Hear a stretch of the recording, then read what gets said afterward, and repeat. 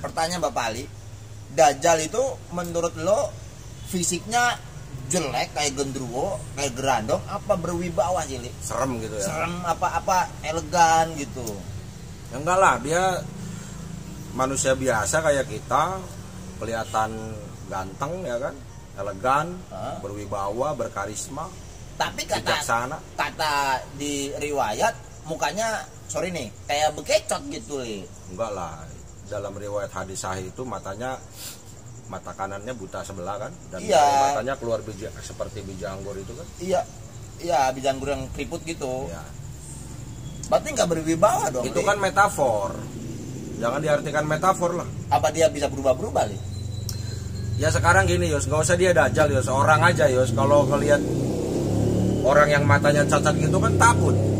Ya kan, bagaimana dia mau dicintai banyak orang kalau tampangnya seperti itu. Oh, berarti Dajjal nanti dicintai banyak orang, Li ya? Iya, banyak pengikut. Baru tahu gue. Bagaimana dia mau ngaku dirinya Tuhan kalau matanya cacat begitu? Iya ya. Masa Tuhan saya matanya cacat gitu? Iya, nggak masuk akal. Nggak masuk akal. Dia harus sempurna bentuknya. Oke guys, menurut Bapak Ali coba terangkan yang selebar-lebarnya Bapak Ali. Ya, Dajjal ini bisa kita lacak dari misalnya sebelum kita mengucapkan salam dalam sholat itu, dan itu dianjurkan sekali dibaca. Berarti kalau dianjurkan sekali dibaca dalam sholat, berarti itu sangat penting kan Yus? Nah, disinilah kita bisa gali informasi. Kira-kira bunyi doanya tuh seperti ini kan, Allahumma inni a'udzubika min azabi jahannam wa min azabil qabr wa min fitnatil mahya wal mamati wa min syarri fitnatil masihid dajjal, dari ujian, cobaan, keburukan Al-Masih ad-Dajjal atau juru selamat palsu, Al-Masih palsu gitu. Nah, kita lacak ini kata Masiha. Kata Masiha itu tidak lahir dan tumbuh di kalangan bangsa Arab. Berarti bukan di Arab ya? Ya, jadi dia lahir dan tumbuh dari kalangan Bani Israel. Karena Nabi Isa alaihissalam itu orang Bani Israel, maka kita harus lacak dia dari sejarah Bani Israel. Apa sih kata Mesiah, kata Mesaya, kata Masiha ini menurut Bani Israel? Nah, kita bisa lacak dari perjalanan sejarah Bani Israel. Bani Israel selalu menganggap bahwa Masiha itu atau Mesiah itu dia punya kesan politik, fisik, sebagaimana dulu orang Bani Israel itu, bangsa Bani Israel itu dulu ditindas oleh Fir'aun di tanah Mesir, kemudian dibebaskan oleh Nabi Musa alaihissalam, pindah hijrah ke tanah yang dijanjikan. Jadi kan artinya Nabi Musa punya power, punya kepemimpinan, dia jadi raja. Memang kata Masiha itu dalam konteks Bani Israel itu punya arti yang diurapi atau yang dilantik, ya. Kemudian bisa berarti yang terpilih, the chosen one, ya. Juga bisa berarti dia itu raja. Jadi punya kerajaan, punya tentara. Jadi Masiha itu begitu artinya. Jadi harus memenuhi syarat-syarat itu, Yus. Nah, disitulah mereka menolak Nabi Isa alaihissalam sebagai Mesia. Kenapa? Karena Nabi Isa alaihissalam tidak punya kerajaan, tidak punya tentara. Kalau Musa ada. Kan di bayangan mereka, kalau lu seorang Mesia berarti lu bisa membebaskan kita dari penjajahan Romawi, kan begitu, ya kan? Ya. Jadi kok Nabi Isa kok begini modelnya gitu loh. Bukan seorang pemimpin militer, bukan seorang pemimpin politik gitu. Dari tampilannya itu cuma seorang guru agama gitu loh, yang ngajarin hikmah-hikmah Taurat gitu. Mana mungkin dia seorang Mesia? Seorang Mesia itu selalu merujuk kepada 3 tokoh dalam Bani Israel. Pertama Nabi Musa alaihissalam, kedua Nabi Daud alaihissalam, yang ketiga Nabi Sulaiman alaihissalam. Selalu merujuk kepada 3 tokoh ini. Sementara Nabi Isa kelihatannya menurut Bani Israel ini berbeda gitu loh. Jadi tidak diakui sebagai Mesia. Nah, Dajjal ini pernah menginvestigasi, pernah menyelidiki, membuat penyidikan tentang profil Nabi Isa alaihissalam ini. Berarti pernah ketemu? Kalau ketemu muka nggak pernah. Tapi Nabi Isa alaihissalam tahu, ada menurut hadis sahih itu ada itu bahwa Nabi Isa itu pernah dikasih tahu bahwa ada yang memata-matanya dan orang ini nanti akan mengimpersonate, meniru segala sesuatu yang Nabi Isa miliki, termasuk tampilannya nanti. Oh, berarti dia bisa niru gayanya, perilakunya hampir serupa gitu ya. Dia mencoba karena kan dia kan almasi palsu. Berarti kan KW dengan ori kan ya pasti ada kemiripan, walaupun tetap ada perbedaan gitu, tapi kan tetap ada kemiripan gitu kan. Gitu. Jadi Dajjal ini berusaha, seorang manusia yang berusaha meniru segala sesuatu yang ada pada Nabi Isa alaihissalam. Nah kemudian kan Bani Israel ini kan karena merasa ini bukan Al-Masih kan akhirnya melakukan 340. Apa itu? Pembunuhan berencana. Bukan yang itu kan nih? Oh bukan. Ini mah terhadap Nabi Isa alaihissalam. Bukan itu. Jadi Bani Israel ini ulama-ulamanya atau rabai-rabainya ini melakukan upaya-upaya 340 ya kan. Nah, kemudian Allah gagalkan itu 340 itu kan. Mereka sudah menskenariokan ya, ada skenario ini kan. Bagaimana caranya membunuh Nabi Isa alaihissalam gitu loh. Tapi kan Allah gagalkan itu. Akhirnya kan Allah deklarasikan bahwa mereka itu tidak membunuh dan tidak menyalib Nabi Isa alaihissalam. Itu cuma menyerupai ya. Itu mah kata keyakinan lu aja, yang keyakinan itu sebenarnya juga lu nggak yakin gitu. Oke. Nah akhirnya kita bisa cek Dajjal ini dari sini. Dia pasti akan menyerupai Nabi Isa alaihissalam. Tapi bedanya kalau Nabi Isa alaihissalam kan ori, ya kan? Dia ori. Nah kesalahan Bani Israel itu harus kita koreksi. Memandang bahwa Al-Masih itu hanya pemimpin politik, seorang raja yang punya kerajaan, punya tentara. Padahal menurut hemat gua, Nabi Isa alaihissalam sebagai juru selamat. Dan ini sebenarnya banyak terjadi di kalangan kita. Kayak misalnya ada Satrio Piningit, ada misalnya Ratu Adil. Dan ini kan bersifat politis, bersifat physically gitu loh. Akan memimpin dunia Ratu Adil atau Satrio Piningit ini, membawa manusia rahmatan lil alamin, apalah gemah ripah lo jinawi toto tentrem segalanya kan begitu.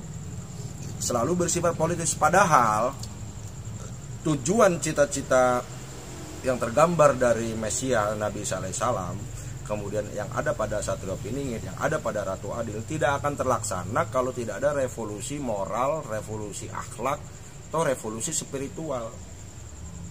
Apa sih yang dimaksud revolusi akhlak, moral, spiritual ini? Hukum utama Tuhan itu kan cuma dua. Mencintai Tuhan dengan sekuat hati, jiwa, dan ragamu. Kemudian mencintai sesamamu sebagaimana kamu mencintai dirimu sendiri.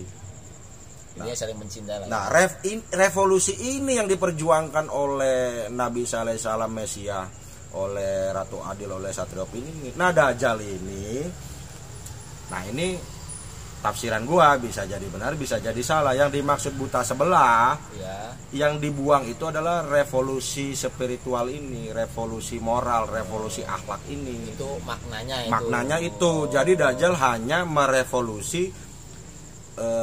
Jadi Dajjal kan bikin masalah dulu, ya dia dorong itu sebuah masalah, kemudian jadi konflik di antara manusia. Ketika manusia dalam kekacauan konflik, entah itu karena perang, entah itu karena macam-macam lah, climate change, entah itu karena virus, entah itu karena apa. Nanti manusia dalam kebingungan hidupnya, nanti Dajjal ini datang sebagai juru selamat. Tapi dia merampas 3 hal dari manusia. Pertama itu adalah yaitu merampas revolusi spiritualnya itu, yaitu iman. Itu yang dirampas, iman kepada Tuhan Yang Maha Esa. Menjadi beriman kepada dia. Ya kan? Menjadi beriman kepada Dajjal. Kemudian yang diambil adalah Islam. Yang kedua ini Islam. Islam itu apa sih?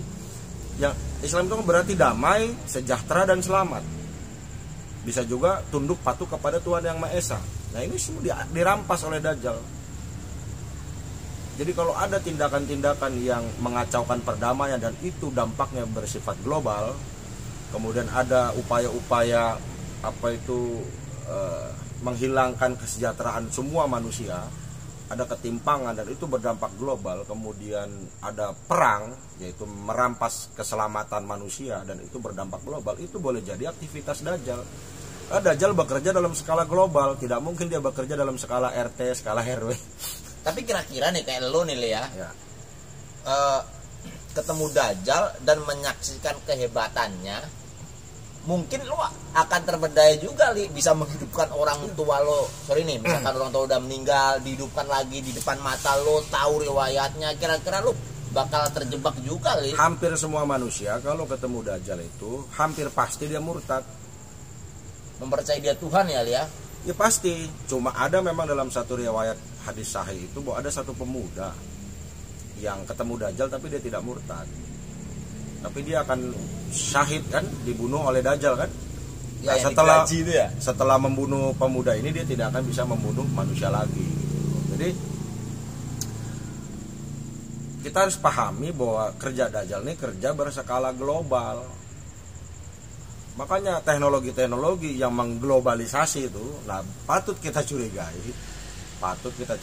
nggak 100%, patut kita curigai itu adalah salah satu aktivitas Dajjal ya. kerja Dajjal untuk Kayak- mempersiapkan. Karena gini, tidak mungkin dia ujuk-ujuk jadi raja, pasti dia akan dilawan oleh manusia yang lain. Tapi kalau dia bersembunyi di balik agama, bersembunyi di balik agama, ini kan nubuat tentang Mesia, ya, tentang juru selamat, ini kan nubuah keagamaan.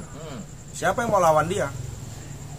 Dia bawa agama, Dia bersifatnya sangat bersembunyi di ya. balik agama gitu loh. Nah, jadi banyak orang ketipu sama dia.